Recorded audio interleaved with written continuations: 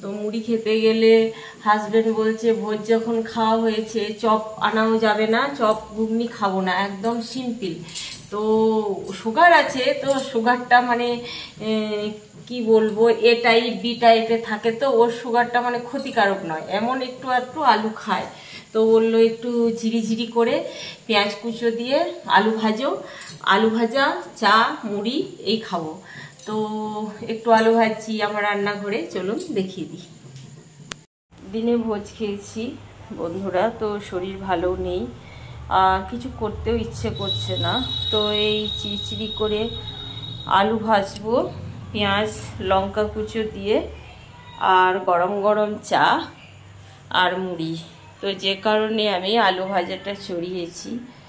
আর একটা জিন্সের suit pant কাচতে হবে।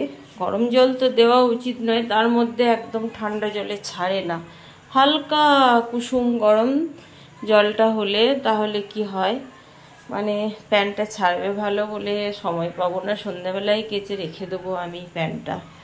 তো আলুগুলো আমি ভেজে নিই। আলু ভাজা চড়িয়ে দিয়েছি। টিভি সাউন্ড কমাও। আলু ভাজা চড়িয়ে দিয়েছি, হাজব্যান্ড টিভি দেখছে, ভিডিও করতে অসুবিধা হবে যে কারণেই বললাম। তো আমার ওই জলের সেদ্ধ করে আলু ভাজা ভালো লাগে না, এমনিতেও আমি কম তেল দিই। তো তেলের ওপরে যদি একটু লবণ হালকা 2-1 দানা চিনি দিয়ে দেওয়া হয় না, তো আলু ভাজার ওই তেলটা শুষেও না, আর ওই কম তেলেই ভাজা হবে, অথচ ভালো লাগবে। তো আমি সেদ্ধ মেদ্ধ করে ভাজবো না, এই ঢাকা দিয়ে দিয়ে ভাজবো, দম নিয়ে নিয়ে ভাজবো, তবু আমি এইভাবেই ভাজবো। আর একটা আমার কাচার আছে, তো সেটা আমি কেচে নেব এই সন্ধ্যার মুহূর্তে। জিন্সের প্যান্ট সারা রাত জল ঝরে থাকবে, বাইরে তো বৃষ্টি হচ্ছেই। তো ওয়াশিং মেশিন তো আমার নেই, অত বড় লোক আমি নই। তো এই প্যান্টটা আমি এখন কেচে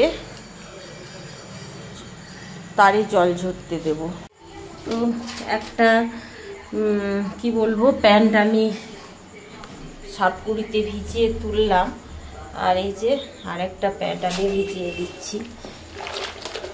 আমার এইরকমই ব্যস্ততামুখর জীবন, অনেকে ভাবতে পারেন এইসব কী দেখাচ্ছি, কিন্তু কি করব, আমাকে ভিডিও 3 মিনিট করতে হবে, সেটাও একটা বিষয়। আর এই যে এক হাতে করে ভিডিও করা আর এক হাতে করে মানে প্রচণ্ড অসুবিধা, কিন্তু তা সত্ত্বেও কাজে নেমে যখন পড়েছি তখন আমাকে করতেই হবে। তো এইগুলো আমি কেচে কুচে, ওই গেঞ্জিটা একটু কালার ছাড়ে, এইগুলো তুলবো, তারপর ওটাকে দেবো, কেচে কুচে আমি তারে দিয়ে দিই। সারাদিন প্রচণ্ড বৃষ্টি হয়েছে, বৃষ্টিটা একটু ছেড়েছে, আর আমি এটাও জানি রাতের বেলাতে বাইরে তারে কাপড় মেলতে নেই, কিন্তু বন্ধুরা মানে জল ঝরবে প্যান্টগুলোতে গেঞ্জিগুলোতে, তো যে কারণে একটু হাওয়াও চলছে, তো একটু জলটা ঝরে যাক, তো তারপর আমি মানে কি বলবো ভিতরে কাপড়গুলো মেলে দেব। তো কাপড় কাচা আমার হয়ে গেল। তো বন্ধুরা এখনও তো আমার আলু ভাজা হয়নি, আলু আমি ভাজছি। আর তোমাদের দাদা ভাই ওই যে মানে কোথায় দেখতে, ওই যে চেয়ারে বসে, ও কিন্তু খাওয়ার জন্য ছটফট করছে কখন আমাকে খেতে দেবে। আর ছেলে গেছে টিউশন, আর আলুও আমার ভাজা হয়নি, আলু ভাজা না হলে আমি তো খেতে দিতে পারবো না। তো আলুটা আমি চটজলদি ভেজে নিই। তো অলরেডি আমার আলু ভাজা হয়ে গেছে। আমি হলুদ দিইনি, হলুদ আমি কমই ইউজ করি। তো আমার ছেলের ফেসিলিটি মানে প্রচণ্ড, ওকে বাটিতে আলু ভাজা দিতে হবে, মুড়ি মেখে দিতে হবে। আর তোমাদের দাদা ভাইয়ের ওর কোনো বরণ বিচার নেই, ওকে মুড়ির মধ্যে আলু ভাজা দাও আর যাই দাও, ওকে যেমন দেবো তেমনিই খেয়ে নেবে। তো ওকে আমি মুড়িতেই দেবো আলু ভাজাটা।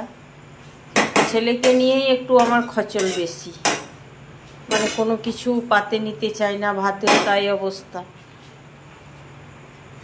তো আমরা তো এই যে চা করে রেখেছি, এই চায়ে হবে না, আবার চা চড়িয়েছি একটু।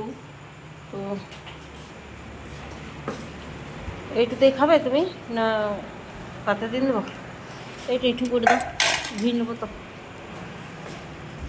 হ্যালো বন্ধুরা, তো তোমাদের দাদা ভাই আর আমি এখন কি বলবো মানে কুমড়োর বীজ ছিলছি, যেটা একটা রেসিপি আমি তো দেখিয়েছিলাম তো এই দেখো, দেখতে পাচ্ছ কিনা জানি না, এই বাবার বাড়ি থেকে এনেছি। আমাদের ওখানে চাষের কুমড়ো হয়, তো মানে আমার কুমড়ো খেতে খুব একটা লাইক করি না, কিন্তু কুমড়ো বীজটা খুব পছন্দ হয়। তো যতগুলো হয়েছিল মা দিল, মা বলল আবার তোর বাবা কুমড়োগুলো বিক্রি হবে তখন কেটে কেটে তখন আবার বীজগুলো তোর জন্য রাখবো।